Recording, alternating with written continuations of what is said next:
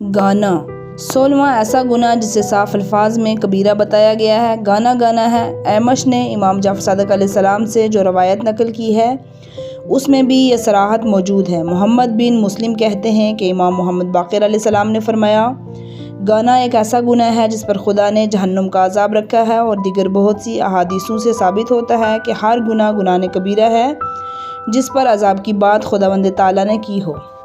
گانا کیا ہے؟ سید مرتضیٰ اپنی کتاب وسیلہ میں فرماتے ہیں، گانا حرام ہے، گانا سننا بھی حرام ہے، اس کے ذریعے مال کمانا بھی حرام ہے۔ البتہ ہر اچھی آواز گانا نہیں ہے، بلکہ گانا ایک خاص انداز میں آواز کو کھینچنے اور خلق میں مخصوص انداز سے گھمانے کو کہتے ہیں، جو لہو لعب اور عیش و طرب کی محفلوں میں رائج ہے۔ ایسا گانا موسیقی کے آلات سے عام طور پر ہم آہنگ ہوتا ہے۔ اکثر شیعہ مجتہدین لغت کے ماہرین کی طرح کہتے ہیں کہ گانا آواز کو خلق میں گھمانے کو کہتے ہیں۔ کلاسیکی موسیقی اور بعض قوالیوں میں ایسا بھی ہوتا ہے جیسی آواز پیدا ہوتی ہے۔ لغت صحاف میں لکھا ہے کہ گانا ایک ایسے انداز کی آواز کو کہتے ہیں جو انسان کو غیر معمولی حد تک غمگین یا خوش کر دیتی ہو۔ تقریباً ایسے ہی معنی دیگر لغتوں میں درج ہیں۔ بس گانا ایک ایسی آواز ہے جو آدمی کو ایک کیف و سرور یا غم کی حالت میں ڈال دیتی ہو۔ کتاب ظہیر العباد میں لکھا ہے کہ گانا لہو و لعب کی خاطر نکالی گئی ہر ایسی آواز کو کہتے ہیں جس کی وجہ سے شہوت ابھرے، ہوا وہ کلاسیکی موسیقی کی طرح خلق میں آواز گھمانے سے پیدا ہوتی ہو، یا کسی اور طریقے سے الغرض عرف عام میں جسے گانا کہا جاتا ہو وہ حرام ہے۔ پس اگر شعر قرآن یا نوحے یا مرثیے بھی گانے کی طرح پڑھے جائیں تو یہ بھی گناہ ہے، بلکہ عام گانے سے زیادہ بڑا گناہ ہے، اس لیے اس میں اس طرح کے قرآن مجید اور نوحے مرثیے کی بے حرمتی ہوتی ہے۔ یہی وجہ ہے کہ اس کا گناہ اور عذاب دگنا ہوتا ہے۔ گانے کے بارے میں، گانا گناہ کبیرہ ہے۔ جب امام محمد باقر علیہ السلام نے فرمایا کہ گانا ایسی چیزوں میں سے ہے جس پر خداوند متعال نے عذاب کا قول دیا ہے، تو آیت شریفہ بھی تلاوت فرمائی تھی، سورہ لقمان آیت نمبر 2۔ اور لوگوں میں بعض ایسے بھی ہیں جو بےہودہ چیزیں خریدتے ہیں تاکہ بغیر سوچے سمجھے وہ لوگوں کو خدا کی راہ سے بھٹکا دیں، خدا کی نشانیوں کا مذاق اڑائیں۔ ایسے ہی لوگوں کے لیے بڑا رسوا کر دینے والا عذاب ہے۔ آیت میں لہو الحدیث سے مراد گانا، اس آیت شریفہ امام محمد باقر علیہ السلام کی حدیث سے معلوم ہوتا ہے کہ گانا بھی لہو الحدیث یعنی بےہودہ چیزوں میں سے ایک ہے۔ بےہودہ چیز کوئی نامناسب بات، حرکت یا شاعری وغیرہ ہو سکتی ہے جس میں کوئی فائدہ نہ ہو، جو انسان کو فائدے سے محروم کر دے۔ دوسرے الفاظ میں کلام حق، قرآن مجید کی بات ماننے سے روک دینے والی ہر چیز لہو الحدیث، گمراہ کر دینے والی ہر چیز لہو الحدیث ہے۔ فسق و فجور، عیاشی، فحاشی کی طرف مائل کرنے والی ہر چیز لہو الحدیث ہے۔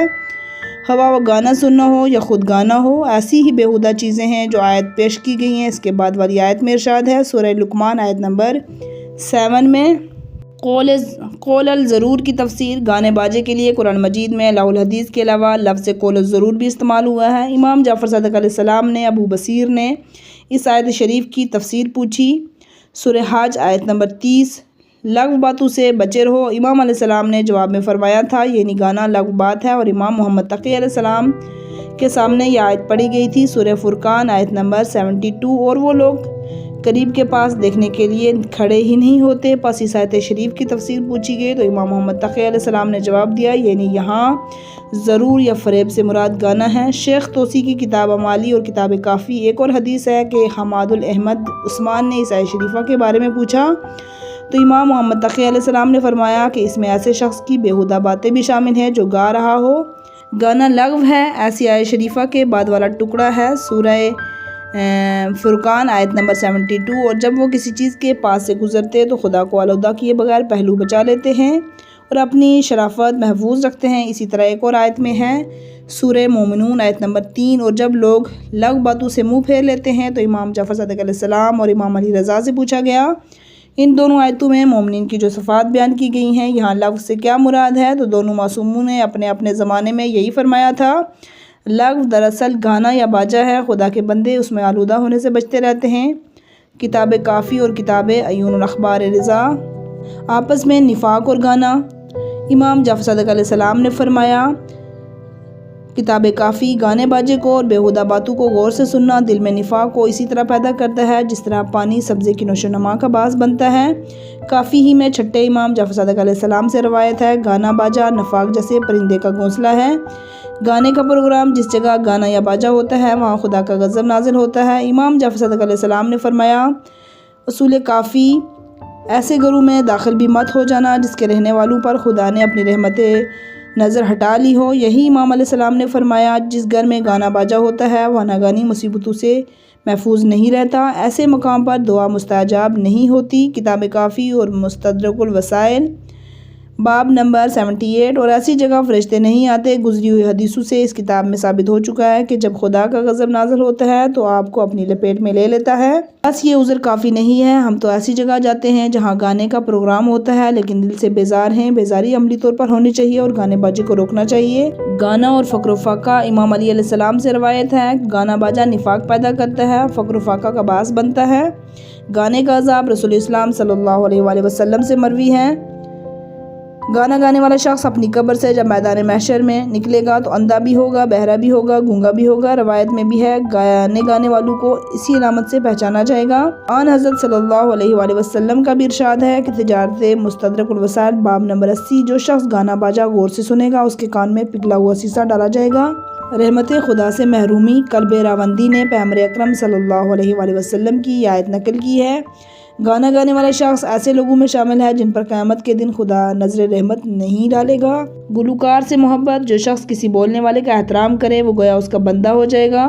فروغ کافی گانے کا باب، اگر بولنے والا شخص خدا کی طرف سے جاتا ہو تو احترام کرنے والا شخص خدا کی عبادت کرتا ہے، اور اگر وہ شیطان کی طرف لے جاتا ہو تو شیطان کی عبادت کر بیٹھتا ہے۔ چھٹے امام کا یہ بھی ارشاد ہے، جو شخص بھی گانے کی آواز بلند کرتا ہے تو اس پر دو شیطان دونوں کندھوں پر سوار ہو جاتے ہیں، اس وقت اپنے پیر کی ایڑی اس کے سینے پر مارتے ہیں جب تک اس کا گانا ختم نہیں ہو جاتا۔ پس جب شیطان گلوکار کو لات مارتے ہوئے تو ایسا شخص محبت کیے جانے کے کہاں لائق ہوتا ہے۔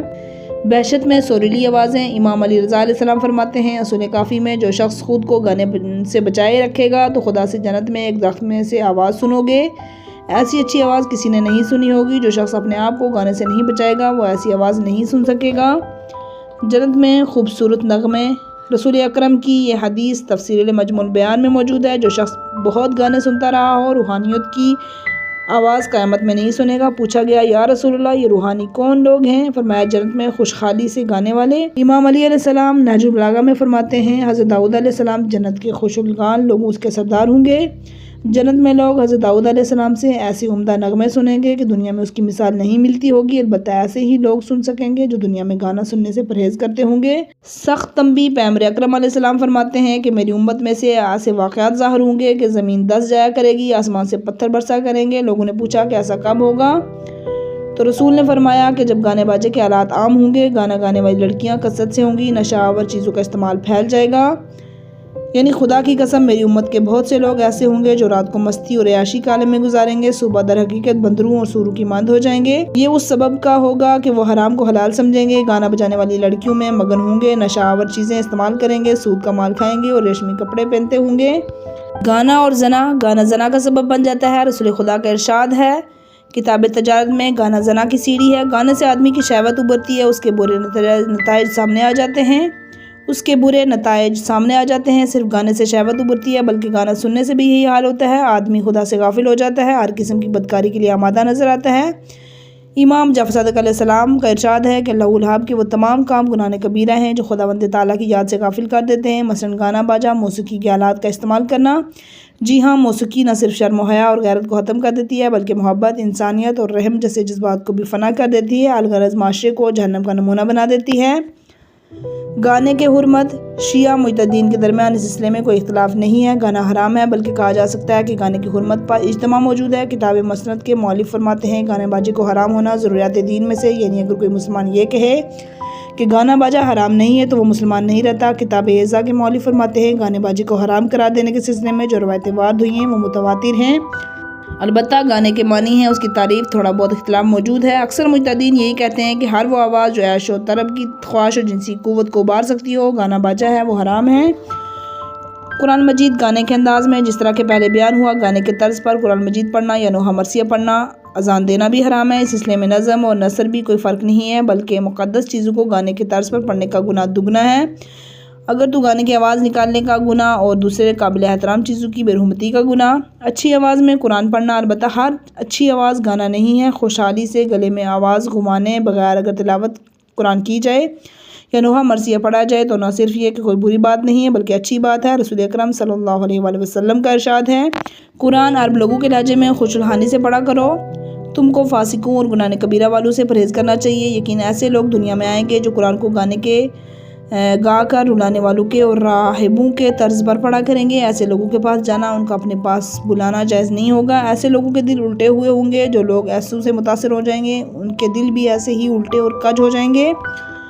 خوبصورت آواز اور گانا قیامت قریب ہونے کی علامتیں ذکر کرتے ہوئے آن حضرت نے فرمایا، ایسے لوگ بھی دنیا میں آئیں گے جو قرآن کو دنیاوی مقاصد کے لیے حفظ کریں گے اور گانے کے طرز پر تلاوت کریں گے۔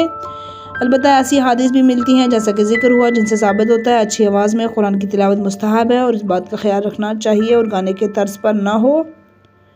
لڑکی کی شادی میں گانا بجانا، بعض مجتہدین نے 3 شرطوں کے ساتھ شادی کے موقع پر عورتوں کو گانے کی اجازت دی ہے۔ پہلی شرط یہ ہے کہ گانا سننے والوں میں کوئی مرد موجود نہ ہو، یہاں تک کہ محرم مرد بھی نہ موجود ہو۔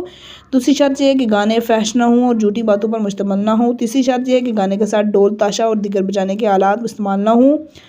بعض علماء نے دف یعنی ایسا ڈول جس کے ایک ہی طرف کھال ہو شادی میں بجانے کی اجازت دی ہے۔ شہید ثانی محقق ثانی فرماتے ہیں کہ دف شادی میں اس صورت میں بجانا جائز ہے کہ جب اس کے اطراف میں جھنجھنے نہ لگے ہوں، لیکن احتیاط یہ ہے کہ شادی کے موقع پر نہ تو عورتیں گانا گائیں نہ ہی کوئی چیز بجائیں۔ شیخ انصاری علیہ الرحمہ مقاصد میں شیخ ثانی کتاب دروس میں اور شیخ مرتضیٰ کتاب وسیلہ میں اس موضوع پر یہی فرماتے ہیں، یعنی احتیاط ہی نجات کا راستہ ہے۔ امانت ہی خیانت بائیسواں ایسا گناہ جس کی نص یعنی محکم آیات یا صحیح اور واضح روایت کے ذریعے صراحت ہوتی ہے، گناہ کبیرہ ہے۔